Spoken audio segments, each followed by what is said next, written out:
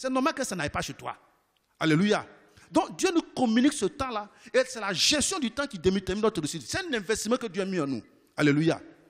Deuxième niveau d'investissement. Troisième niveau d'investissement pour te permettre de réussir, c'est les dons, les talents et les capacités. Alléluia. En chaque personne, il y a des prédispositions à faire quelque chose. Voici pourquoi des gens naissent. Ils ne connaissent même pas Dieu, mais ils savent chanter. Alléluia. Le cas de Betsaliel. Quand Dieu est venu construire le temple, l'âge d'alliance, Dieu dit à Moïse, j'ai mis à Betsaliel un esprit d'intelligence, de sagesse pour toutes sortes d'ouvrages. Est-ce que lui avait prié Dieu? Il avait fait un cuit d'âme. Il avait reçu le baptême de cet esprit. Mais Dieu lui avait communiqué cela depuis sa naissance. C'est pour ça que chacun de nous, nous sommes prédisposés à faire quelque chose. Alléluia. Nous sommes prédisposés, on a des talents innés en nous, des dons innés en nous. Alléluia. Et donc, c'est un investissement de Dieu. Parce que tous ces talents-là, c'est de Dieu que nous tirons toutes ces choses. Et donc, Dieu investit en nous. C'est l'utilisation efficiente de ces talents-là, de ces dons, de cette capacité qui nous amène au succès. Alléluia. Troisième niveau d'investissement. Le quatrième niveau d'investissement, c'est la grâce de Dieu. Dieu investit à chacun de nous une grâce. Alléluia. Parce que lorsque nous lisons dans Romains 5, verset 8, il dit ceci, que Dieu nous prouve son amour de ce que lorsque nous étions encore ennemis, Christ mourait pour nous. Alléluia. Tu étais ennemi et puis Christ est mort pour toi.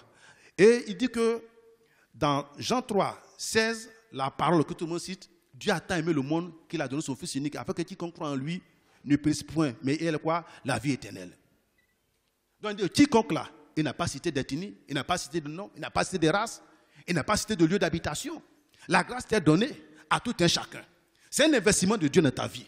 Donc il y a des gens qui pensent qu'ils n'ont pas cette grâce, je te rassure, la grâce de Dieu t'est communiquée, mais communiquée comme à tout un chacun.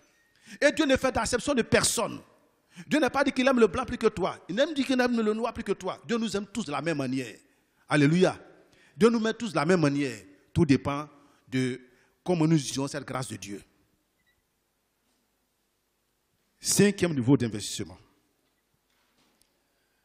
L'investissement des promesses de Dieu. Alléluia. Dieu a accordé ses promesses à tout un chacun. Dieu a donné les promesses dans tout ça. Tout ce qui se trouve dans la Bible ici, les promesses là, ce n'est pas pour le peuple d'Israël seul. C'est pour toi, c'est pour moi, c'est pour tout un chacun. Les promesses de Dieu sont là. C'est à toi d'avoir la foi d'activer ces promesses là pour que cela se réalise dans ta vie. Il a parlé de Moïse, mais il n'a pas dit qu'il aime Moïse plus que toi. Il a parlé de Josué, il n'a pas dit qu'il aime Josué plus que toi. Toutes les promesses qu'il a faites dans la Bible, c'est pour toi, c'est pour moi, c'est pas pour quelqu'un d'autre. Alléluia. Donc Dieu a investi ses promesses dans ta vie. Pour toi, pour chacun de nous. Il nous appartient, nous, d'activer ces promesses-là dans nos vies. Par notre foi. Pour que véritablement, ces investissements-là puissent porter des fruits. Alléluia. Alléluia. Alléluia. C'est le cinquième niveau d'investissement que je viens de citer tout à l'heure. Le sixième niveau d'investissement, je tenais à vous expliquer qu'en toute chose, Dieu a mis entre vous, c'est l'investissement des opportunités. L'investissement des opportunités. Dieu dit dans le livre de Lamentation que les beautés de l'Éternel ne sont point épuisées. Il les renouvelle comment? Chaque matin. Donc les opportunités, Dieu les renouvelle chaque jour. Alléluia. Oui, parce que la Bible dit que nos destinées sont entre ses mains. Il ne dit pas notre destinée. Nos destinées sont entre ses mains. Donc l'homme a plusieurs destinées. C'est-à-dire que si le plan A échoue, Dieu est capable de soutenir notre plan pour que ça marche. Et donc si tu as perdu une opportunité, laisse-toi que chaque jour que Dieu fait, que tu te lèves, Dieu te donne encore une autre opportunité. Alléluia. Ne crois pas que oui, c'est parce que j'ai échoué à cette opportunité-là pour moi est fini. Non, nous ne sommes pas comme nous. Dieu n'est pas comme nous. Il est capable de renouveler les opportunités de ta vie. Parce que si on dit que ces bontés ne sont pas épuisées, que chaque matin il les renouvelle, c'est que chaque matin il renouvelle, qu'on te donne encore une autre opportunité de réussite. Voici les 6 niveaux d'investissement que Dieu nous donne d'abord pour que nous réussissions. Alléluia. Voici les 6 niveaux d'investissement. Un homme doit comprendre que Dieu a investi en lui la vie, le temps, les capacités, les dons. Dieu a investi la grâce, Dieu a investi les opportunités, Dieu a investi les promesses. Tout cela pour ta réussite. Tout cela pour ta réussite. Tout cela, c'est pour ta réussite. Mais le problème, c'est que quand tu as ça, tu sais comment je vais faire. Alléluia. Dieu pouvait dire dans sa parole que l'Éternel a montré sa voix à Moïse et ses œuvres au peuple d'Israël. Il dit sa voix à Moïse et ses œuvres au peuple d'Israël. L'œuvre, c'est quoi? Tout le monde sait qu'il y a de l'air. C'est une œuvre qu'on a vue. Tout le monde sait que oui, Moïse a fendu l'eau. On a vu. Mais comment Moïse a fendu l'eau? Il faut que Dieu montre la voie à Moïse. Alléluia. Comment il a fendu l'eau? Il fallait que Dieu montre ses voies à Moïse. À un moment donné, tu as bien de connaître la voie de l'Éternel pour pouvoir marcher, pour pouvoir entrer dans la réussite. Et ce matin, j'ai prie que Dieu te communique sa voie pour que tu réussisses.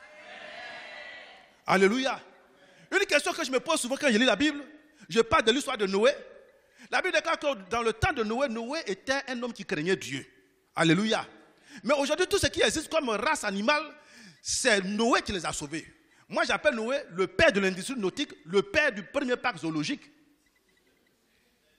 Alléluia. Mais tous les animaux qui existent aujourd'hui, c'est Noé qui a conservé leur espèce. Donc, l'anaconda, là, c'est Noé qui l'a conservé. Le lion, c'est Noé qui l'a conservé. Donc, souvent, je me pose la question, mais comment a-t-il fait pour conserver ces animaux, ces animaux aussi dangereux? Alléluia. Alléluia. Alléluia. Comment Noé a fait pour conserver ces animaux-là? Mais quand j'ai lu la Bible, je comprends que pas une vérité.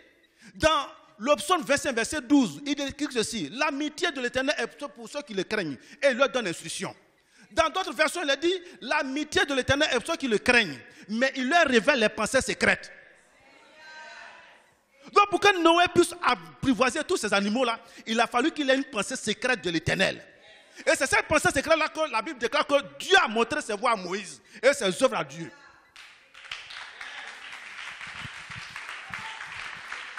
À un moment donné, tout à l'heure, il y a des gens, demain, il y aura des gens qui vont venir dans leur témoignage. Ça, c'est les œuvres de Dieu. Mais comment faire pour toi aussi dans les témoignages, tu es bien à connaître les voies de Dieu? Alléluia. Comment faire pour aussi, tu as besoin aussi de connaître aussi les voies de Dieu? Comment faire pour marcher, pour être véritablement là, tu as besoin aussi de connaître les voies de Dieu? Et à un moment donné, Dieu a besoin de te révéler ses pensées secrètes. J'ai l'habitude de dire aux gens que moi, je m'en fous des gens, des hommes de Dieu, des chrétiens qui disent que Dieu me parle. Je dis ça tous les jours. Parce que si moi je suis un boy, je suis employé de quelqu'un qui me parle, parce qu'il y a un problème, c'est qu'il va me renvoyer. Alléluia. Donc un chrétien me dit que moi Dieu me parle, je dis qu'il n'a rien compris dans la marche chrétienne. Je dis c'est un collègue pasteur qui parlait, non, moi Dieu me parle, il dit mon frère, je ne m'en fous de ceux qui Dieu parle. Je cherche maintenant ceux à qui Dieu fait des confidences. Alléluia. Parce que faire des confidences, il parlait, il y a une différence. On fait les confidences aux hommes de confiance. Aux hommes loyaux. Mais on ne fait pas de confidences à n'importe qui. Donc, ton patron peut t'envoyer, va payer le sucre, va nettoyer ma voiture, il te parle. Il te parle. Il te parle. Mais quand il dit, mon fils, viens ici, je m'en vais. Voici le trésor de ma maison. Grâce à ça, il te fait des confidences. Alléluia. Donc, nous avons besoin aussi que Dieu nous fasse des confidences. C'est la voie du succès. C'est la voie de la réussite. Mais je vais vous dire quelque chose, ce que la réussite n'est pas. Parce que souvent, les gens pensent que la réussite se trouve dans le travail ardu. Les gens pensent que la réussite se trouve dans la musculation. Sinon, l'Afrique n'aura pas de problème. Alléluia. La Bible dit dans le proverbe, dans le livre d'Ecclésiaste 10, ceci. Que, non, il faut le lire, parce que là, Ecclésiaste 10. Parce que ça me plaît bien ce verset-là. Je n'aimerais pas le paraphraser. Je veux que tout le peuple de Dieu puisse comprendre cela. Ecclésiaste 10.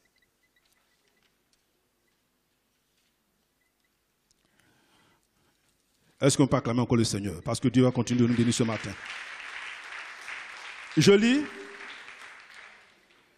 Ecclésiaste 10. Il dit que s'il a émoussé le fer, s'il n'en a pas aiguisé le tranchant, il devra redoubler de force. Mais la sagesse a l'avantage du succès. Il dit, s'il a émoussé le fer, c'est-à-dire que la machette avec